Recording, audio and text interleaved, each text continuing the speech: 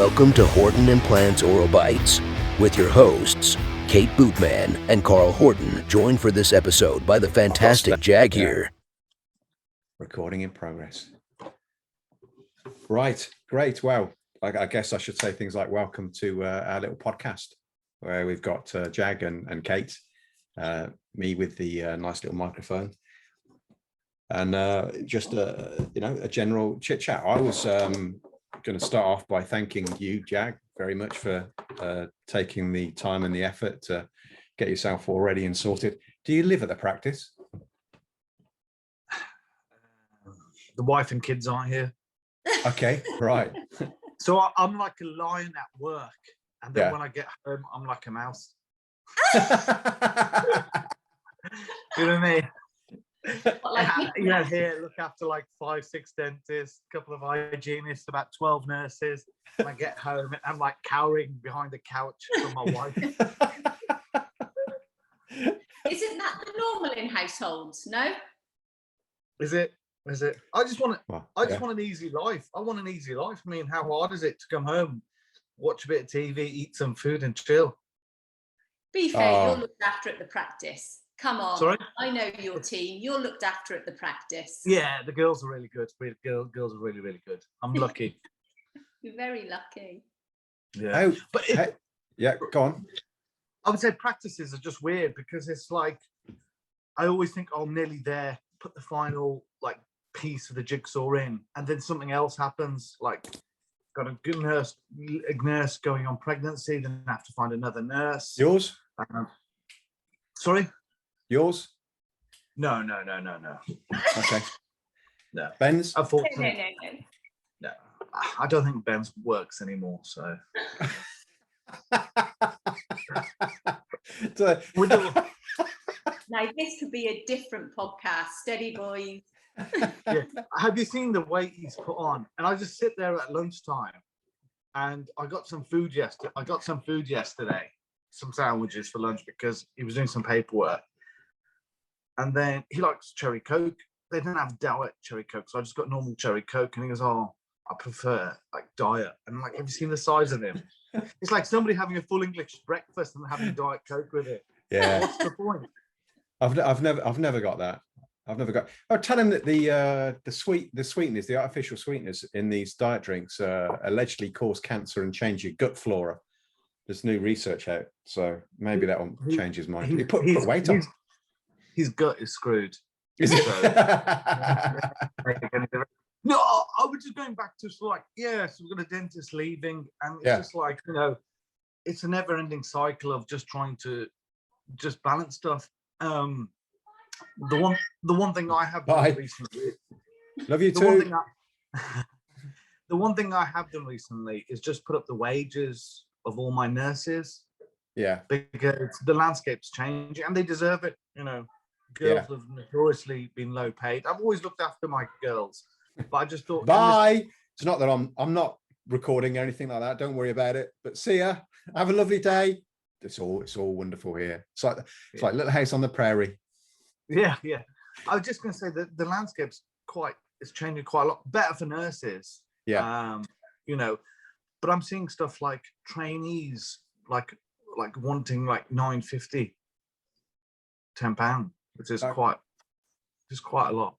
What's the minimum wage? Just out of curiosity. I think it's like £8 something. It depends on age. Each age is different. Do you know it does, doesn't it? Yeah, it's been a while since I've kind of been in the game when it comes to that sort of stuff. It's an odd one, isn't it? Because my first paper round, it was something like, a quarter of a pence per paper. I think it was about £3 a week. And it'd take blooming hours. You'd get about 700-800 papers. And I was fairly well built because I had to carry these blooming papers around. It changed. Going? Yeah. Like 1930s, 1940s. My parents owned it's not stereotypical, but they owned a corner shop. So I had to do a lot of paper rounds. And as you know, oh my God, Sunday, it's like, how can anybody read a paper which is like that thick? Yeah. You know what I mean? You have to go back a few times to the shop to refill because you'd only carry about like 10 papers. And you get to the house, the paper's that thick, and the letterbox is like that. Yeah. Didn't you hate them? Yeah. Yeah. I wish it was like paper apart, and the magazines I post it all in individually. Yeah. I just remember America. You watch American films where you get somebody on a bike just flinging the paper at the house. It's like, why can't it be like that? Yeah. Or you get the people with a really long drive that you'd have to walk up, and then they'd have the dog out, and you get chased by the dog. I used to have the one time I was doing the I used to live in Redditch, so it's the Redditch Advertiser, and I used to do the advertising. They had another lovely one area, lovely area. They had another one come out called the Redditch Standard or something like that, and you both a couple of things. One I can't tell you on air, and another one I can, and this is the one I'll tell you about.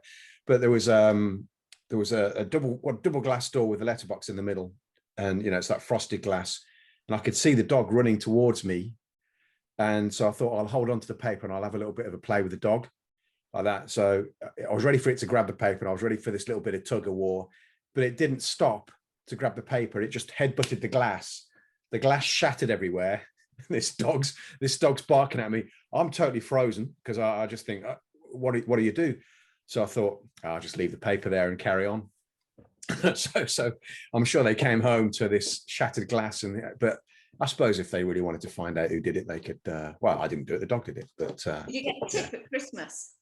I never used to get any tips for doing the papers. I used to get tips for doing the Royal Mail because you could join and do the Royal Mail. Yeah. Oh shit! Oops. Yeah.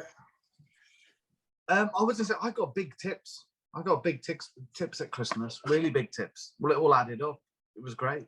Yeah. I'm talking about the advertiser. I got tips when I was doing the paper round for the Rodney, Rodney, as a kid, I never realised was gay. And there's several things it's a bit like George Michael when he was in Wham, and then he came out and you think, oh yeah. And so Rodney, years later, I went back to see my mum. She goes, oh, did you know Rodney was gay? I said, I had no idea. And then when it kind of, you think about it, and he used to pull up in his kind of that little Mazda, open top Mazda car, like the hairdresser's car, no offense to hairdressers or people that own the car. MX-5, that's the one, MX-5. It's soft top MX-5 with Frankie Goes to Hollywood, Relax, playing on full blast. And it's like, oh yeah, he was. Not that there's anything wrong with that. No, that's not, absolutely not. Absolutely not. But it's just, do you know, because we it's not, I wasn't making any assumptions, but I just of course he was, of course. It's like that scene out of Friends, isn't it? Like when they go to get a suit from Joey's tailor. Yeah. And whenever he makes his inside leg. You know what I mean? Yes. He gets a feel. Was it like that with you? Did you have any experiences with Rodney like that? I used to get there was a hot chocolate always ready for me when I got back to the and a little chocolate bar. Oh my goodness. Full of Cadbury's goodness. Oh, yeah. Was it fudge? Sometimes. This has gone down a path I wasn't expecting it to go down. Yeah, but I was going to go back to the nurses. Yeah. Sorry, mate. Yeah. I'm just going to say, really happy for the nurses. Like, do you know what I mean? They're finally getting paid. Yeah, brilliant. A good nurse is worth their weight in gold. Good on you, Jag. Good on you. No, but it makes our lives easier. I was just looking. We were looking for a new nurse, and it's just looking at the prices, and I thought, you know what? It's always best to sort of, pay the ones you got. Yeah, look after the ones we've got. They do work hard. Yeah. And they're good eggs. You've got good eggs, Jag. I've always said it about practice. They're good girls. Yeah, they work hard. They work hard. We've got a good team. Very lucky.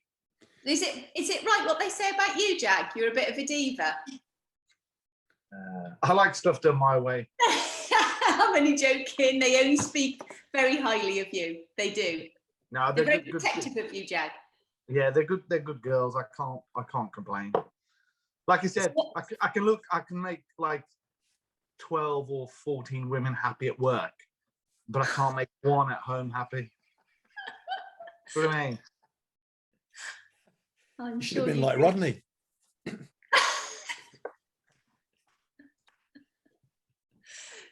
What's your morning looking like, Jag? Got a busy morning? I think I had a quick look. I have a quick look. I'm only interested if there's like an implant or something. You know, Yeah. everything else is just it's just everything else is sort of beneath me now. Do you know what I mean? Yeah, No, I know exactly what you mean.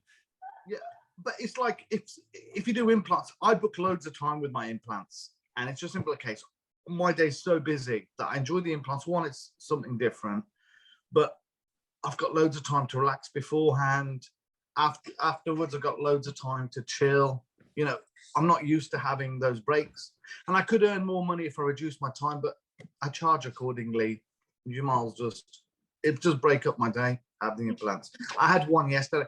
I actually had one which failed. And I was redoing it. It was a 3-unit bridge, a 4 and a 6. The 6 was fine, but the 4 just became loose and failed. So I redid it yesterday, and yesterday I buried it. And, Right. do you know what I mean? You know, you go when you have a failure. Not that you ever have any failures, Carl. I don't know, mate. I had one recently. Yeah. And then it's just like when I redo it, I would sacrifice a goat if that helped with the success rate. Yeah. If somebody said to me, you know, if you said to me, sacrifice a goat, I'd sacrifice a goat. Yeah, you feel like you own it, don't you? You feel like you take on all the I don't know, all the I get stressed. Yeah, I don't like it if you know, even though it's nothing to do with me. You know, everything's been followed, protocol, all that sort of stuff. But if it doesn't work, I feel ultimately responsible for the fact that the patient hasn't integrated to the implant. Yeah, I feel restless till I've redone it. You know, I wait a couple of, you know, take the implant out, wait a couple of weeks, and then, you know, I'm like, that's at the back of my mind. That's the one case I just want to place the implant and get done. But I've had more failures recently, more so than normal. But there was somebody on the ADI group who was saying there's been a lot of failures, and don't know whether this is COVID or funny. You know, we've been talking about this with other implantologists as well, mate, saying exactly the same. I've certainly noticed it.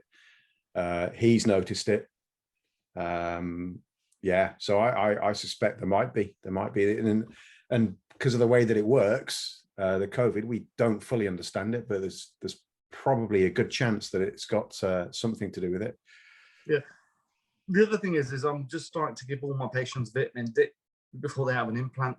You know, like when you have, you know, if something's not right, like I've had more failures than normal, you sort of like go through your whole protocol. What else can you do? Yeah. I mean, yeah. The only sort of highlight in the last month is I did an implant on a 90-year-old. Nice. So that's a milestone. Nice. You know what, it says a lot about you two, though, the way you've just spoke about how you feel when an implant fails. You know, not everybody's like you guys, so I think it's credit to you both.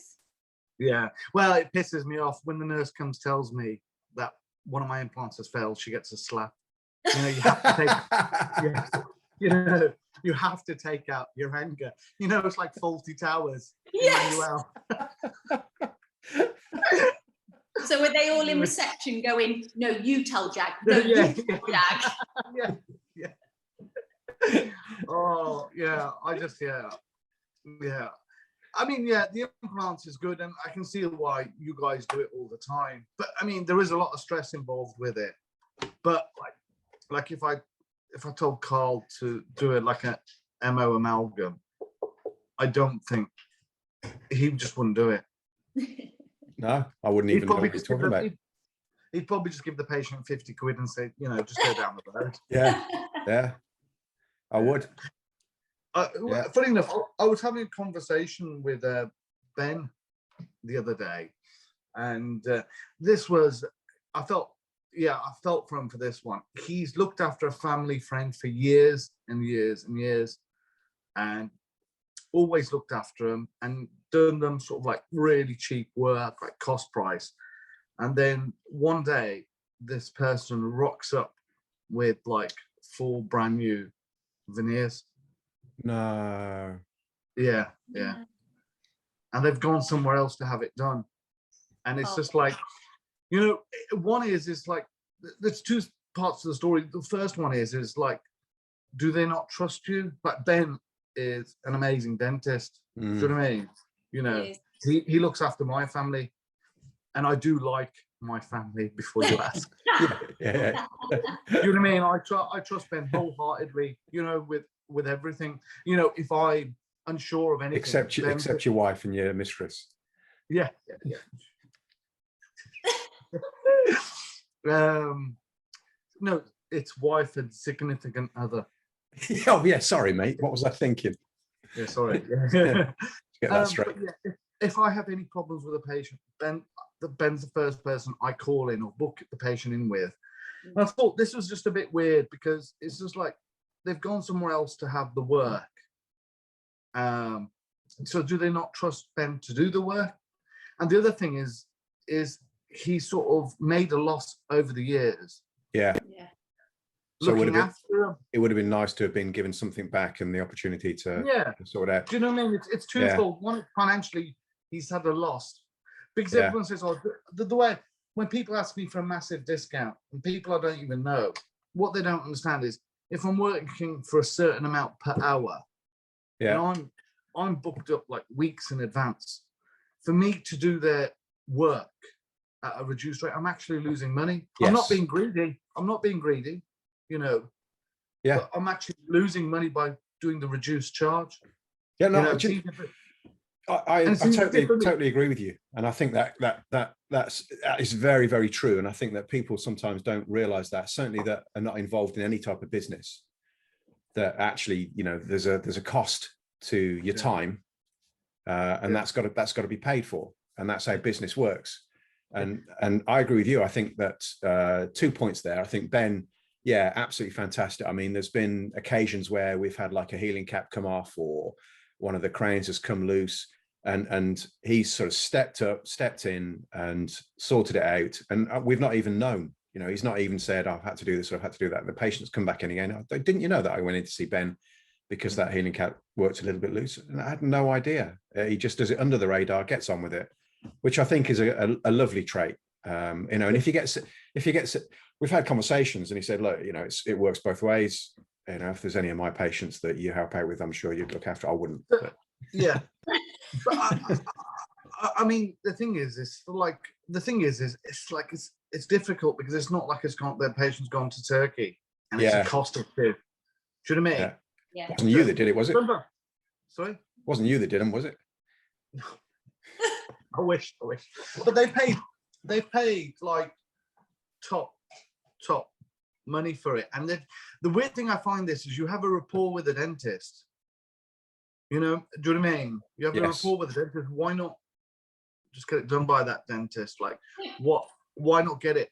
But then the thing is, it's like, why have I even done anything over the years for you? Why am I giving you a discount? Yeah. Why are you needing a discount?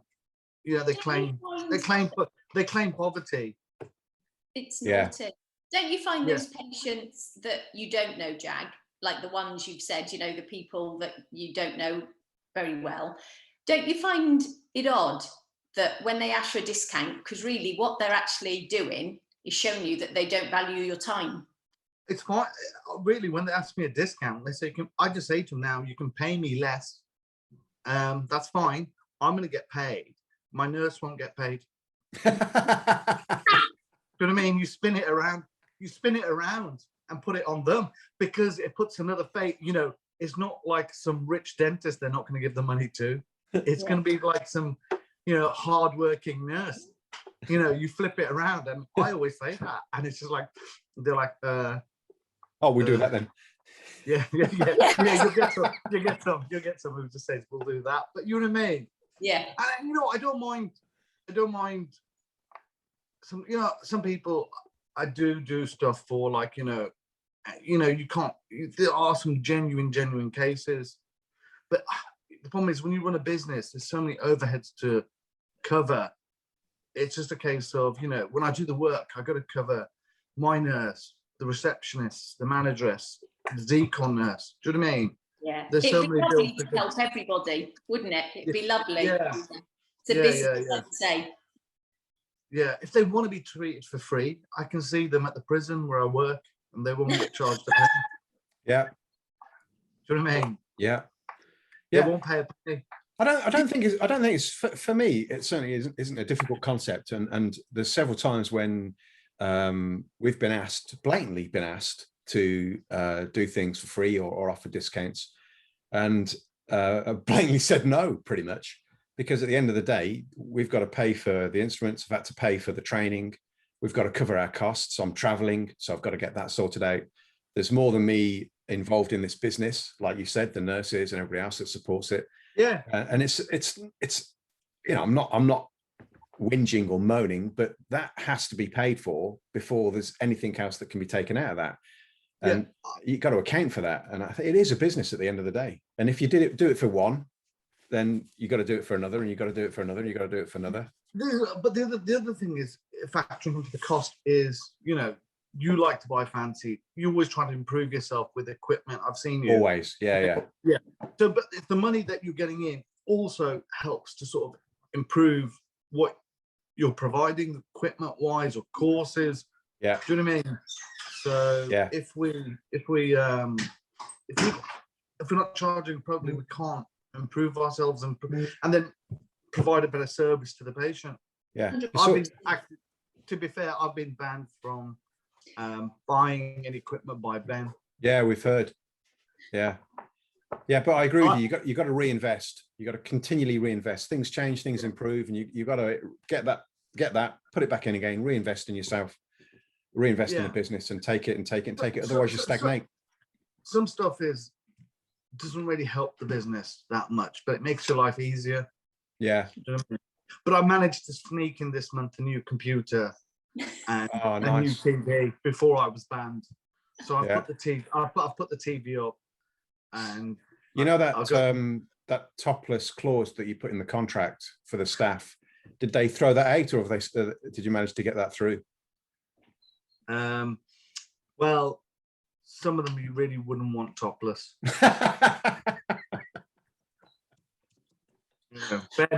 Ben. Well, that's who I meant. Yeah, Ben. Like, I'm there, sitting there, and like the end of the day, he's changing out of his scrubs, and it's like he just takes his clothes off, and it's like, fucking hell. Commando again. I feel sorry for his partner. Yeah, I feel sorry for his partner. It's like somebody took a Neanderthal and mixed it with an albino silverback. You know, and then a dwarf version was born. You know what I mean? I've known him for we've been best mates for ages, and I've seen sort of like he used to be a big rugby player. Like, he was supremely fit, like, you know, really strong with a 28-inch waist, and really super fit, super strong, like good rugby lad. Like, I look at him now and it's like, bloody hell. Not that I'm in any good shape. I've always been sort of like slightly chubby, never been out of shape, but you've been consistent. The other thing I've noticed is when you're shit, I'm like good at some stuff, but football, I am extremely shit. Like, when we play football on a weekly basis, it's like, please don't let me be the last person picked. Do you know what I mean?